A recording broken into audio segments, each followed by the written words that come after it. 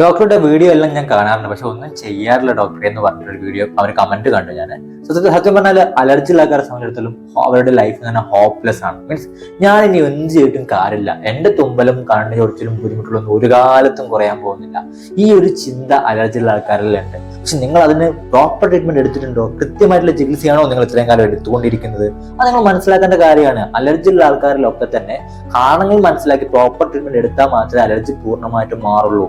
അതേപോലെ തന്നെ നമ്മളിപ്പോൾ ചെയ്യുന്ന വീഡിയോസ് ഉണ്ട്, വരണ്ട ചുമ കുറയേണ്ട വീഡിയോസ് ഉണ്ട്, തുമ്മൽ കുറയേണ്ട വീഡിയോസ് ഉണ്ട്, കണ്ണു ചൊറിച്ചിൽ കുറയേണ്ട വീഡിയോസ് ഉണ്ട്, മൂക്ക് ചൊറിച്ചിൽ കുറയേണ്ട വീഡിയോസ് ഉണ്ട്, മേലാകളിൽ ചൊറിച്ചിൽ കുറയുള്ള വീഡിയോസ് ഉണ്ട്, മണം നഷ്ടപ്പെടുന്ന അവസ്ഥകൾക്ക് വീഡിയോസ് ഉണ്ട്. ഇതിലൊക്കെ ചെയ്യുന്ന പല ആൾക്കാരും പറയുന്നത് ഇതൊക്കെ ഒരു സൊല്യൂഷൻസ് നമ്മൾ പറയുന്നുണ്ട്.